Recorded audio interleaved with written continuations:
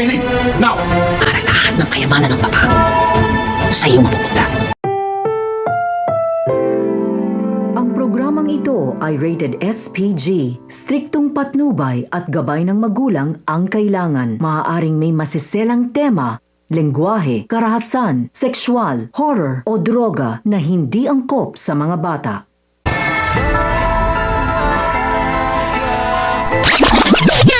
Matapos ang paghahanap ni Ramon sa kanyang matagal nang hinahanap na anak ay sa wakas ay nag-cruise na ang kanilang landas. At nangyari pa ito sa pagkakataong nasa panganib ang buhay ni Tanggol dahil sa pambubugbog na ginawa sa kanya ng mga batang tondo. Kaya naman nang nakita nila ang sitwasyon ni Tanggol ay agad niyang inutos kay Severino na dalhin ito sa sasakyan upang madala sa kanilang mansyon. Habang si Mokang naman ay hindi na pinayagan ni Edwin na sumamang muli kay Tanggol. At habang nasa sasakyan ang nag-aagaw buhay na si Tanggol ay muling binalikan ni Ramon.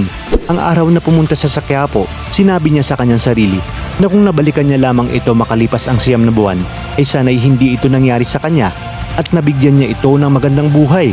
At kahit gaano kasama ang ugali ni Ramon ay dito na siya mananalangin sa Poong Nazareno sa kauna-unahang pagkakataon na sana'y dugtungan pa ang buhay ni Tanggol dahil ngayon lamang umano siya makakabawi sa kanyang anak sa tagal ng panahong nawalay siya dito. Maya-maya pa ay darating na sa mansyon si Ramon, bitbit ang walang malay at dugo ang si Tanggol. Sasalubungin sila ni Greg at magugulat sabay labas ng kanyang baril dahil ito umano ang humablot ng briefcase. Sisigaw si Ramon at tututukan si Greg at sasabihin na subukan umano nito. At nang makita sila ni Olga ay mahahalata sa mukha niya ang pagkagulat dahil kumpirmado nga na yun ang anak ni Ramon. Agad na tatawag si Ramon ng doktor para papuntahin sa mansyon at gamutin si Tanggol.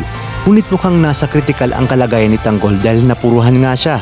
Maya-maya pa ay darating naman si Don Julio at dito niya makikita ang kanyang apo na walang malay. Sasabihin ni Ramon na nakita niyang pinagtutulungan si Tanggol ng isang grupo kung kaya't tinulungan niya ito. At dito nga sinabi ni Don Julio na walang kaila na apo niya nga si Tanggol dahil kamukhang-kamukha ito ni Ramon ng kabataan niya.